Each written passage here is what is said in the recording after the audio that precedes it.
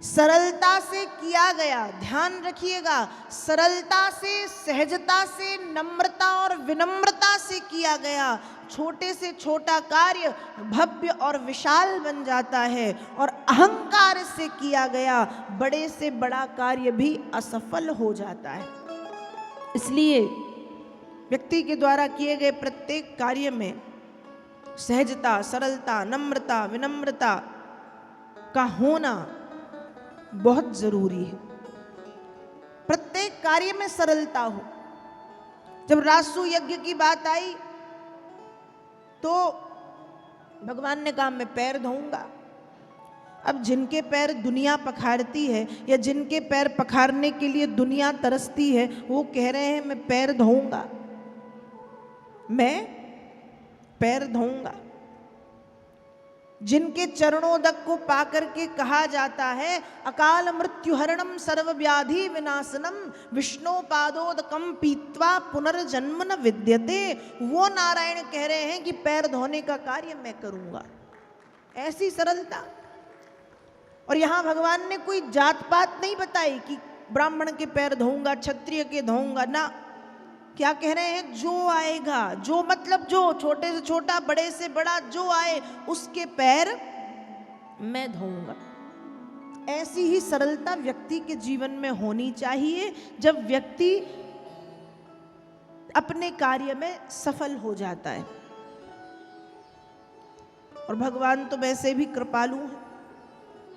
भगवान कहते हैं मैं भाव का भूखा हूं। भगवान कैसे हैं?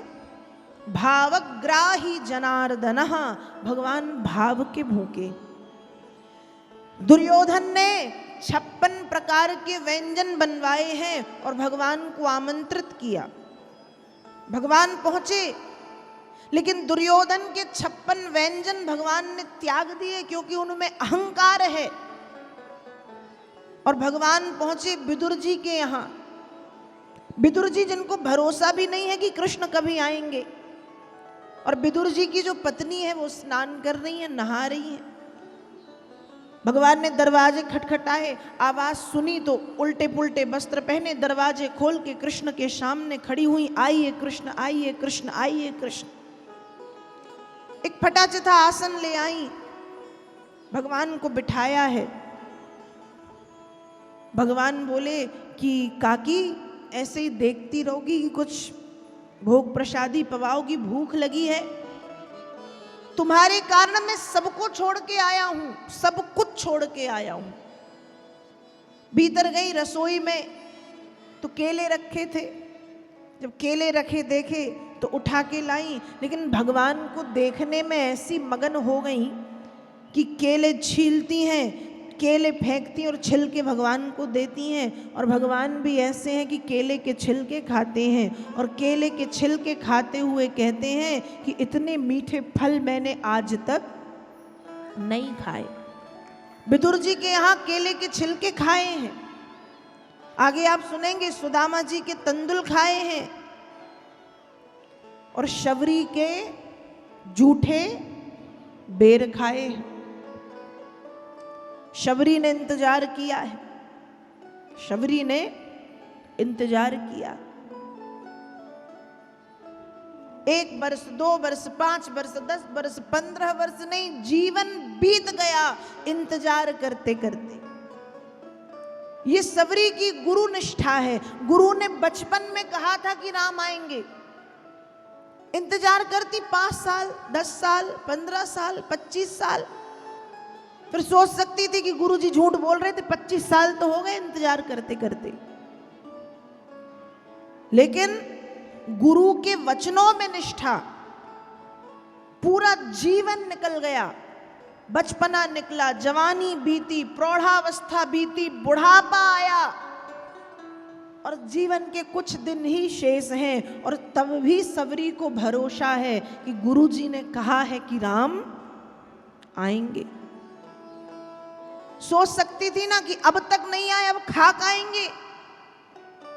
आज की गुरु निष्ठा ऐसी ना, गुरुजी मान लो कुछ कह दें तो हम कितने दिन इंतजार कर सकते हैं?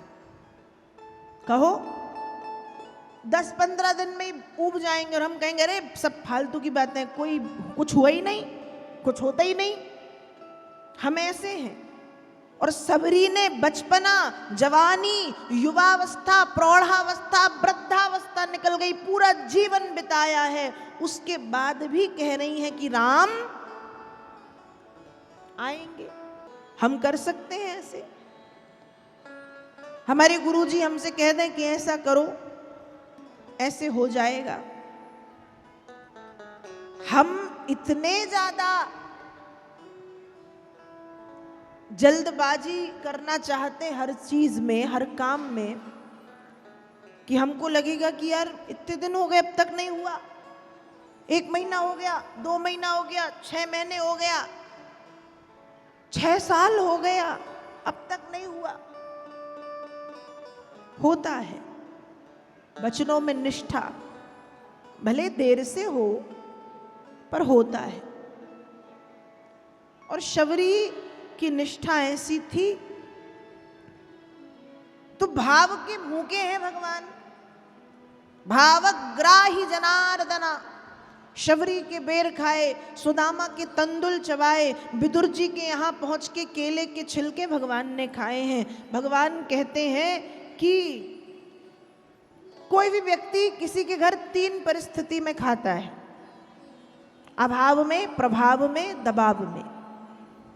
आपके यहाँ अभाव है, मान लीजिए आपके यहाँ भोजन नहीं बना, अभाव, आपका पड़ोसी बोलेगा आप खा लोगे क्योंकि आपके पास अभाव है।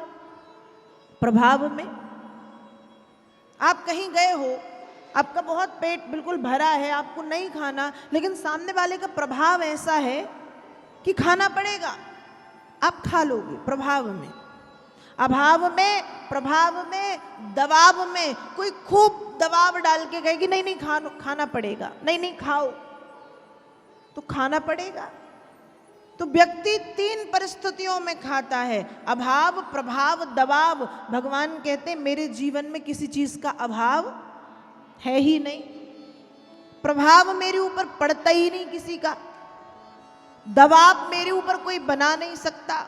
ना अभाव में खाता हूं, ना प्रभाव में खाता हूं, ना दबाव में खाता हूं। मैं खाता हूं तो केवल और केवल भक्त के भाव में खाता हूं।